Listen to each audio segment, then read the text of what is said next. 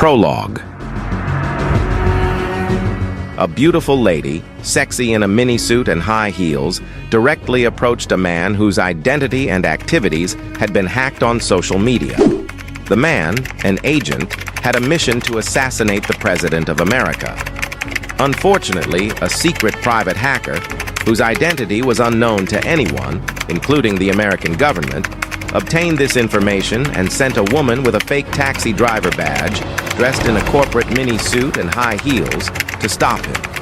The lady arrived at the airport holding a board with the agent's name written on it. As the agent was exiting, he saw his name on the board. The lady approached him and introduced herself as the taxi driver assigned to escort and drive him to his reserved hotel. She told him not to panic or ask too many questions until they had reached the hotel room. Meanwhile, the hackers had deactivated the man's phone number, making it difficult for him to make or receive calls due to poor network service. This created the perfect opportunity for the lady to carry out her mission. In the hotel room, she played the role of an errand girl, making him comfortable by providing everything he needed. She drugged him to sleep, and, using seduction to gain close contact, cut his throat with a sharp blade as confirmation that the mission was accomplished. The Silk Knight Act 3. The Venomed Offer. Let your instincts guide you. The luxury suite breathed with a deceptive calm, an illusion woven with subtle threads of control and power. The city's lights flickered faintly through the floor-to-ceiling windows, casting elongated shadows that danced along the marble floors and brushed the edges of polished glass tables. Every detail in the room was meticulously arranged, from the carefully placed orchids in sleek black vases to the subtle hum of soft classical music drifting through the speakers. Leah moved like a shadow among the furnishings, fluid, poised, untouchable. Her tailored black mini-suit hugged her form perfectly, the high heels clicking softly on the floor as she approached Derek with a glass of red wine in her hand.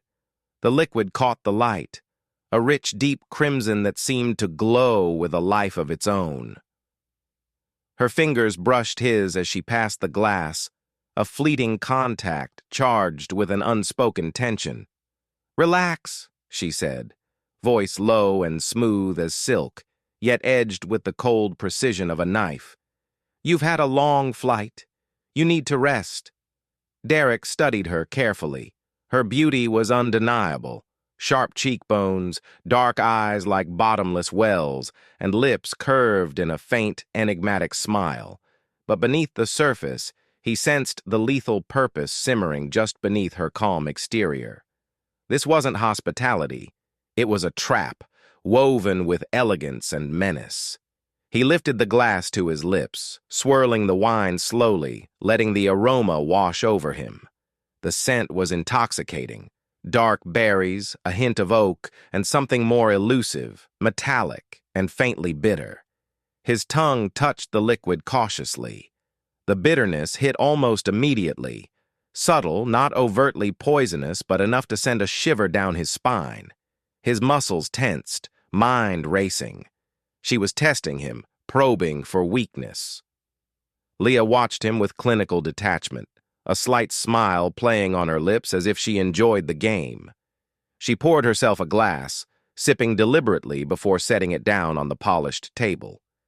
Her gaze never left him, cold and unyielding. The suite was a fortress of luxury and control, the faint scent of jasmine and something colder, a synthetic pheromone designed to disarm and seduce, wafted through the air. The soft lighting cast shadows that softened Leah's features, making her seem more approachable, more human than the lethal operator she was. She moved with deliberate grace, adjusting the pillows on the plush sofa, drawing the curtains to shield them from the outside world, and lighting candles that flickered with a hypnotic glow. Each action was part of an unspoken ritual, designed to lull Derek into a false sense of security. He fought the creeping haze settling over his mind. The wine's subtle toxins wove through his bloodstream like a slow poison, dulling his senses and eroding his will. But his training kept him alert, every nerve ending alive with suspicion. Leah knelt beside him, her voice dropping to a whisper as she brushed a loose strand of hair from his forehead. Her fingers were cool and steady against his skin, sending an electric jolt through his body. "You're safe here," she murmured, her breath warm against his ear. "Just let go. You've earned rest."